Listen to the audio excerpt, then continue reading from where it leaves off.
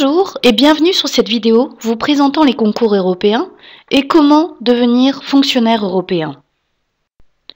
Nous allons vous présenter les institutions européennes et les différentes carrières qui se présenteront à vous, les concours européens et notamment les conditions d'inscription, le déroulement des concours et les tests concernés. Enfin, nous vous donnerons des conseils et des outils pour réussir les concours. Tout d'abord, je vais vous présenter Orce Concours. Orce Concours est un organisme de préparation au concours de la fonction publique européenne. Nos locaux sont situés à Lille et à Bruxelles, au cœur du quartier européen. Nous sommes leaders de la formation des futurs fonctionnaires européens. Depuis plus de 15 ans, nous préparons chaque année plusieurs milliers de candidats au concours. Notre taux de réussite est élevé. Selon un sondage récent, plus de 25% des candidats qui se sont préparés avec Orce Concours ont réussi les tests d'accès. Ce chiffre est remarquable quand on sait que les taux de réussite avoisinent généralement les 3%. Orce Concours est un organisme reconnu dans toute l'Europe.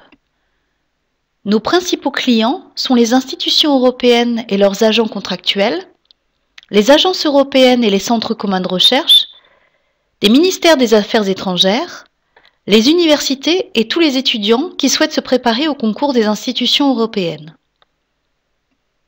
Nous sommes référencés auprès de l'EPSO, qui est l'Office européen de sélection du personnel.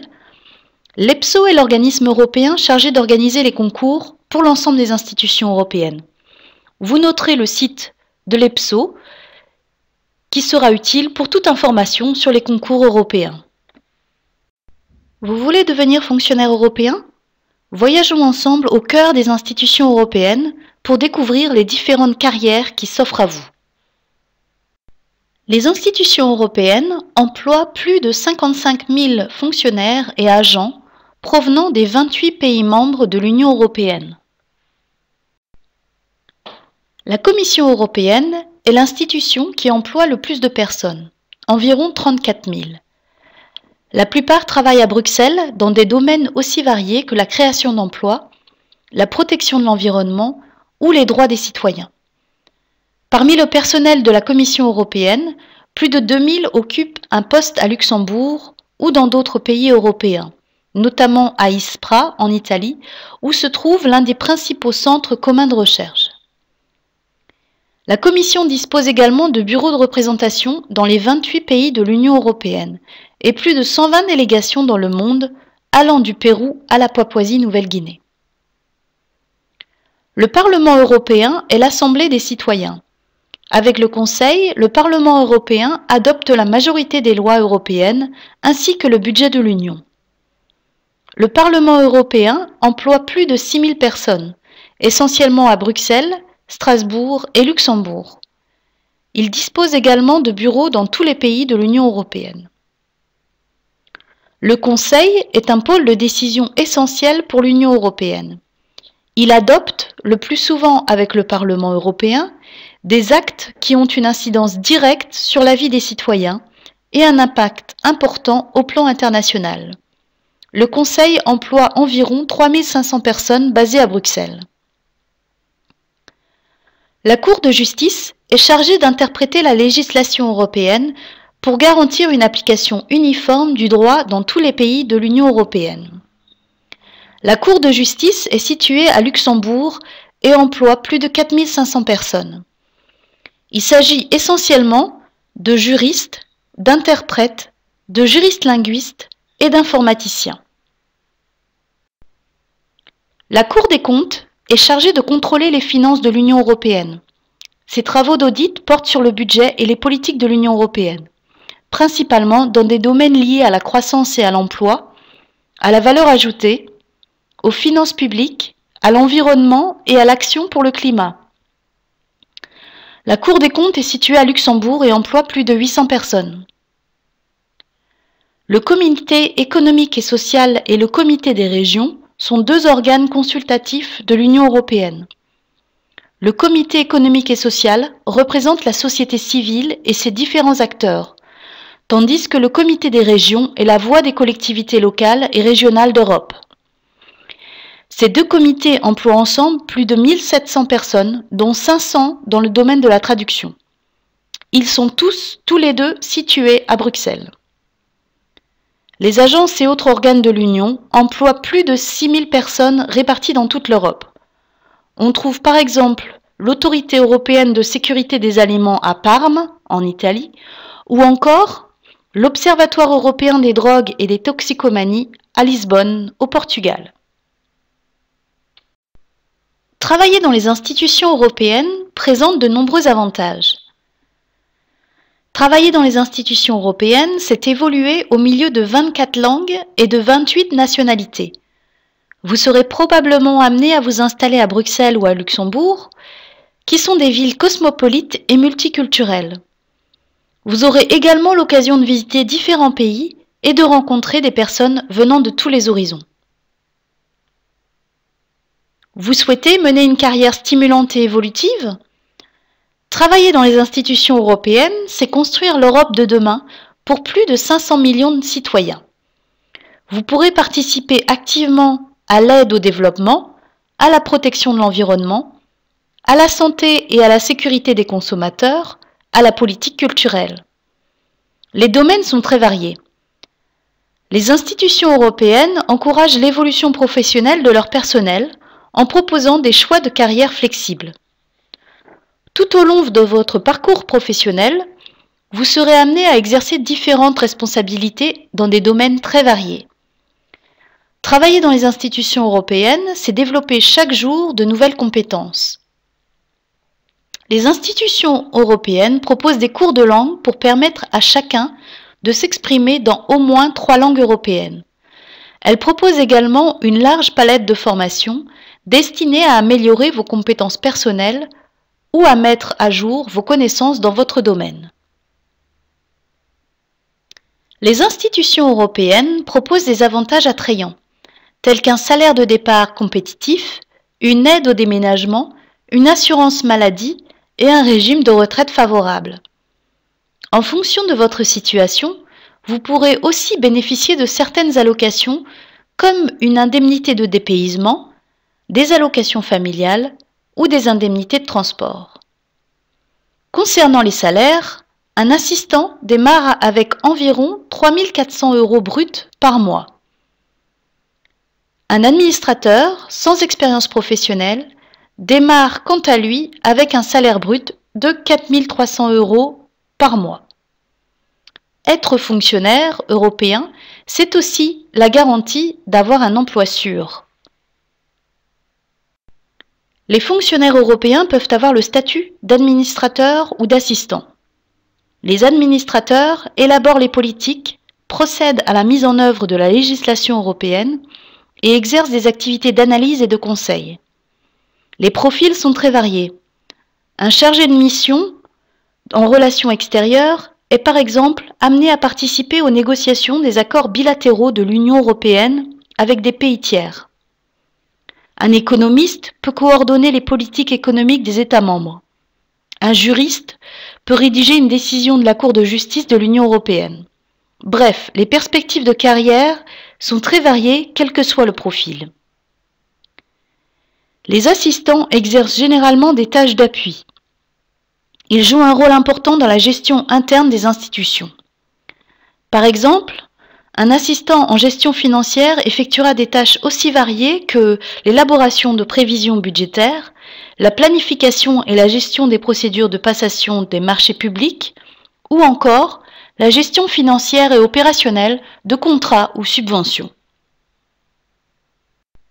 Vous êtes intéressé par une carrière au sein des institutions européennes ? Voyons ensemble comment devenir fonctionnaire européen. Les fonctionnaires européens sont recrutés par concours. L'EPSO, l'Office européen de sélection du personnel, organise les concours pour le compte des institutions européennes. Les concours sont organisés chaque année sous la forme de cycles.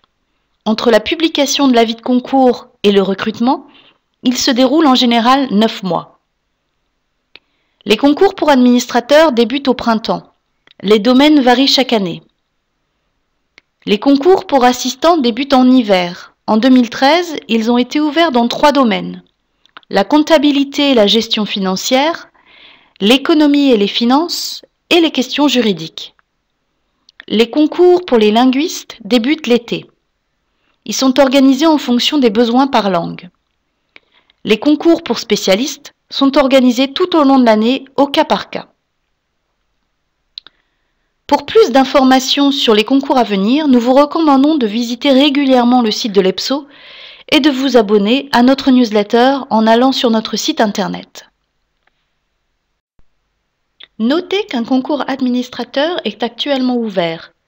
Si vous souhaitez travailler dans les institutions européennes, c'est le moment de vous inscrire. Consultez le site de l'EPSO pour le calendrier des concours et les avis de concours. Pour vous inscrire à un concours européen, vous devez satisfaire plusieurs conditions. La première est d'avoir la nationalité de l'un des 28 États membres de l'Union européenne. Vous devez également connaître au moins 2 des 24 langues officielles de l'Union européenne. Les épreuves des concours se déroulent en effet en 2 langues. L'une de ces 2 langues doit nécessairement être le français, l'anglais ou l'allemand. Selon la catégorie du concours, vous devez posséder au minimum un diplôme de l'enseignement secondaire ouvrant accès à l'enseignement supérieur ou un diplôme universitaire. Les concours assistants requièrent généralement une expérience professionnelle en rapport avec la fonction.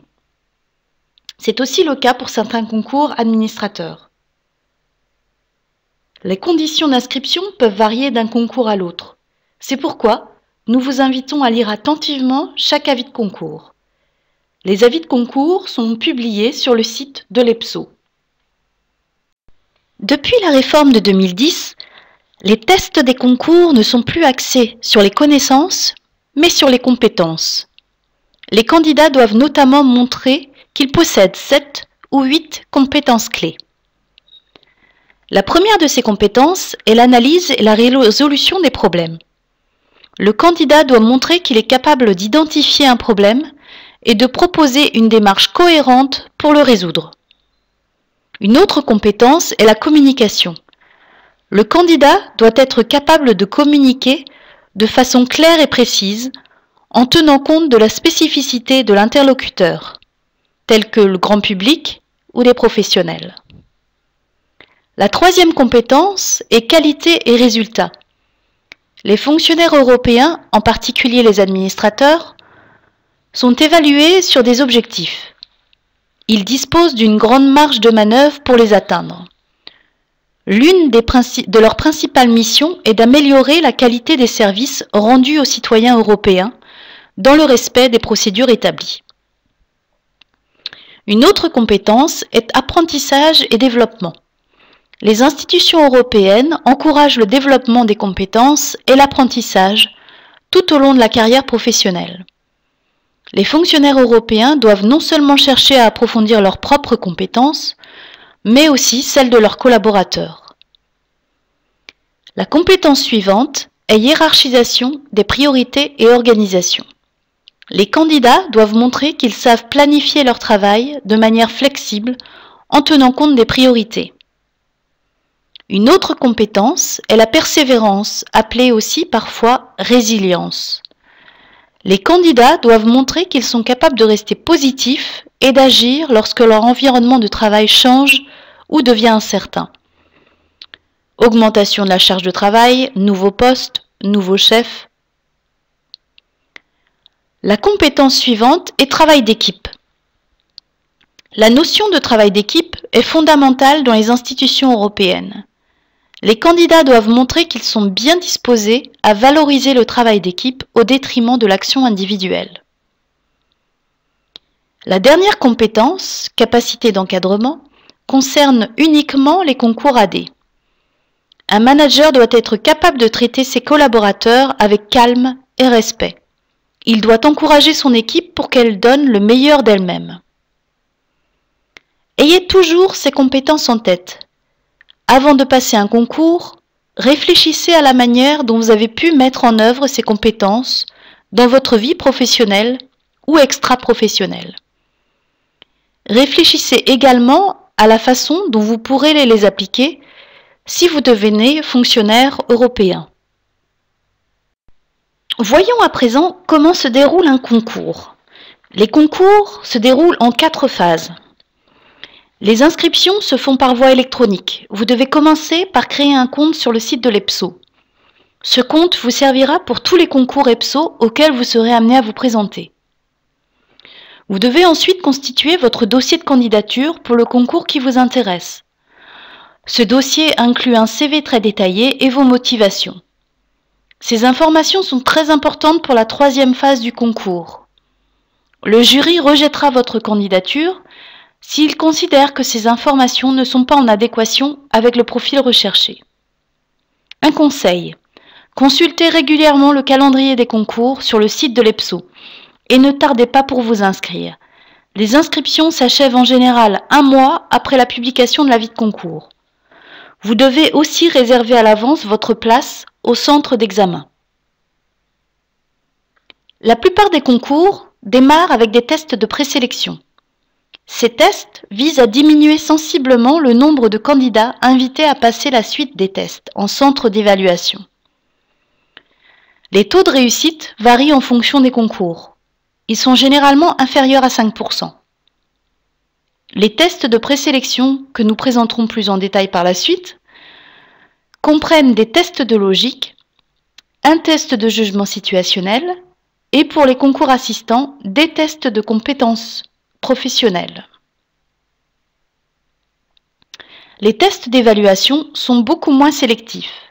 Le taux de réussite est d'environ 1/3. Ils visent à évaluer les compétences générales des candidats, comme la capacité à analyser et résoudre des problèmes ou la capacité à travailler en équipe. Les tests d'évaluation comprennent une étude de cas et une série d'épreuves qui se déroulent sur une journée en centre d'évaluation. Ces épreuves varient en fonction de la catégorie du concours. Les candidats qui réussissent l'ensemble des tests sont inscrits sur une liste de réserve. Cette liste est ensuite utilisée par les institutions pour recruter leur personnel.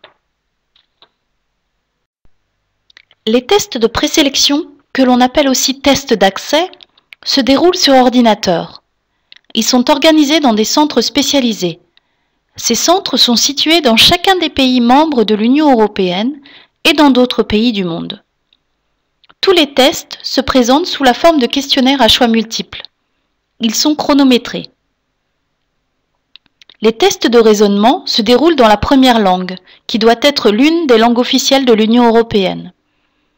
Tous les autres tests, ainsi que les épreuves en centre d'évaluation, se déroulent dans la seconde langue. Cette seconde langue est soit le français, l'anglais ou l'allemand. Elle est nécessairement différente de la première langue. Par exemple, si vous choisissez le français comme première langue, vous devez choisir l'anglais ou l'allemand comme seconde langue. Pour réussir les tests de présélection, vous devez satisfaire les minima requis aux différents tests et obtenir l'un des meilleurs scores cumulés à l'ensemble des tests. En général, vous devez obtenir au moins 80% de bonnes réponses pour réussir les tests.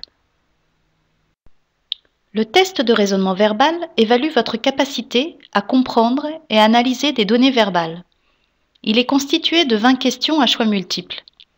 À chaque question correspondent un texte et 4 affirmations. Vous devez choisir l'affirmation qui se déduit du texte. La durée totale du test est de 35 minutes. Cela correspond en moyenne à 1 minute 45 par question. Voici un exemple de question. Essayez d'y répondre. La bonne réponse s'affichera au bout de 1 minute 45.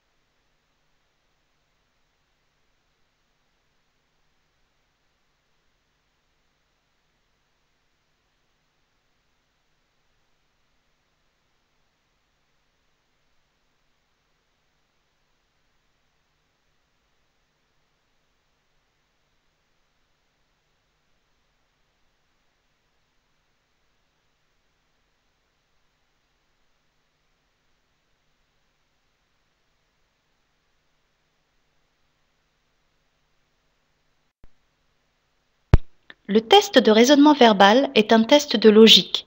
Pour le réussir, vous devez savoir analyser un texte et comprendre le sens d'une affirmation. Vous devez aussi maîtriser certaines règles de logique verbale pour déterminer dans quel cas une affirmation peut ou non se déduire du texte. Pour gagner du temps, vous devez également être capable de repérer rapidement les affirmations qui ont la plus grande probabilité de constituer la bonne réponse et savoir lire un texte de manière sélective. Grâce à nos cours, livres et tests en ligne, nous vous apprenons à maîtriser toutes ces techniques et à réussir le test. Le test de raisonnement numérique évalue votre capacité à comprendre et à analyser des données numériques. Il comprend 10 questions à choix multiples. Chaque question est le plus souvent associée à un tableau ou un graphique. Pour chaque question, vous devez choisir parmi 5 affirmations celle qui répond à la question. La durée totale du test est de 20 minutes. Cela correspond en moyenne à 2 minutes par question. L'usage de la calculatrice est autorisé. Voici un exemple de question. Essayez d'y répondre. La bonne réponse s'affichera au bout de 2 minutes.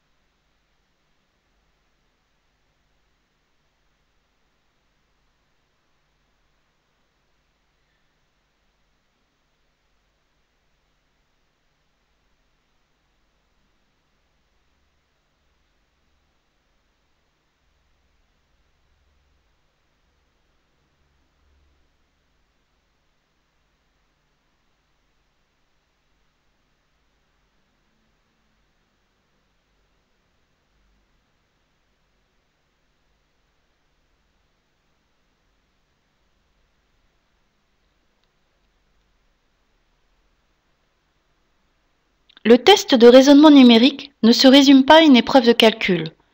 Pour réussir, vous devez savoir lire un énoncé et savoir interpréter correctement un tableau ou un graphique pour poser correctement les opérations à effectuer. Vous devez aussi maîtriser certains concepts mathématiques de base, comme les proportions, les taux de variation et les moyennes. Pour répondre dans les délais impartis, vous devez également éviter les longs calculs chaque fois que possible et ne pas recourir systématiquement à la calculatrice. Encore une fois, toutes ces techniques s'apprennent. Le test de raisonnement abstrait évalue votre capacité à résoudre des problèmes, à appréhender des notions complexes et à développer des stratégies. Il comprend 10 questions à choix multiples. Chaque question consiste en une série de 5 diagrammes contenant des formes géométriques qui sont répétées ou modifiées suivant une séquence logique. Pour chaque question, vous devez identifier la logique sous-jacente et trouver, parmi 5 options, le diagramme qui complète la série. La durée totale du test est de 10 minutes. Cela correspond en moyenne à 1 minute par question. Voici un exemple de question. Essayez d'y répondre. La bonne réponse s'affichera au bout de 1 minute.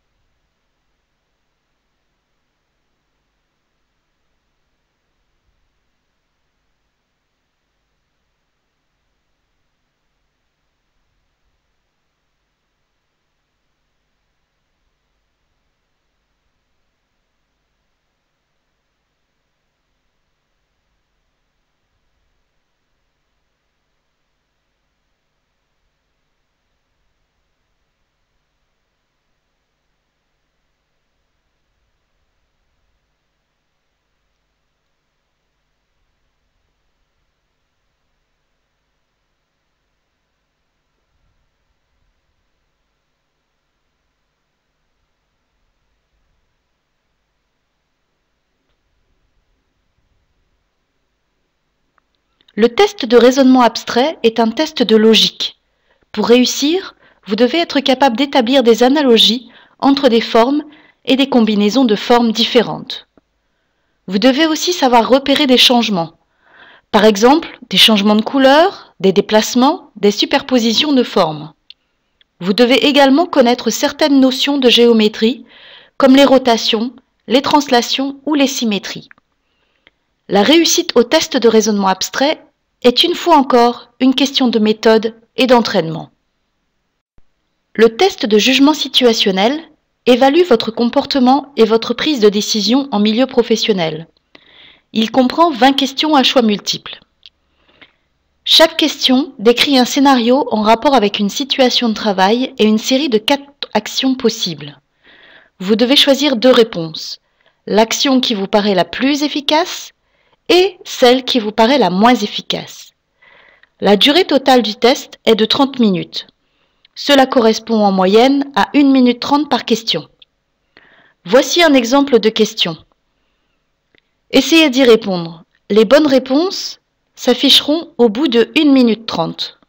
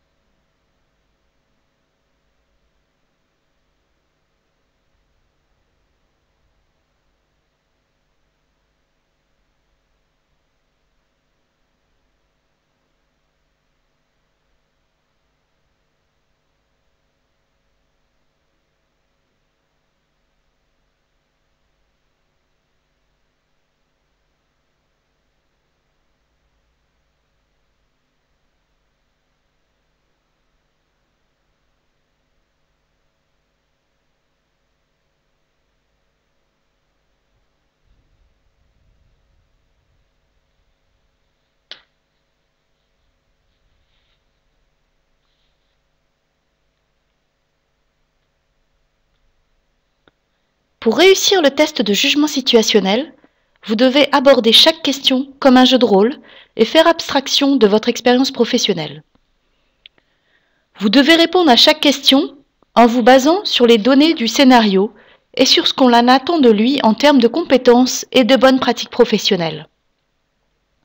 Vous devez également être capable de hiérarchiser les actions en utilisant les critères les plus appropriés.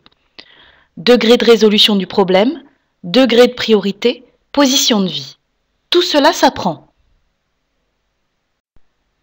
Abordons à présent la 3e phase du concours, les tests en centre d'évaluation, aussi appelés Assessment Center. Les candidats qui remplissent toutes les conditions d'admission et qui ont obtenu les meilleurs résultats au test d'accès, en général entre 80 et 90% de bonnes réponses, sont invités à passer à la seconde batterie de tests, les tests en centre d'évaluation. Ils se déroulent à Bruxelles, en général sur une journée et demie. Les épreuves en centre d'évaluation visent à tester 6 ou 7 compétences clés vues précédemment. La nature des épreuves varie en fonction de la catégorie du concours. Tous les candidats passent une étude de cas, un exercice de groupe et un entretien structuré. Les candidats au concours assistant passent en plus une épreuve de bac à courrier et les candidats au concours administrateur une présentation orale. L'étude de cas est une épreuve écrite en rapport avec le domaine du concours. Vous devez répondre à des questions en vous basant sur les informations contenues dans un dossier et sur vos connaissances spécifiques dans le domaine. L'entretien structuré vise à recueillir des informations pertinentes sur vos compétences générales. Il porte essentiellement sur votre expérience. La présentation orale est une épreuve individuelle au cours de laquelle vous devez élaborer une proposition portant sur un problème fictif lié à une situation professionnelle. Après avoir analysé des documents, vous devez présenter vos idées oralement. L'exercice de groupe commence par un exercice individuel. Vous devez traiter un certain nombre d'informations. Vous rencontrez ensuite les autres participants pour discuter ensemble de vos résultats et arriver à une décision collective. Le bac à courrier est une épreuve sur ordinateur.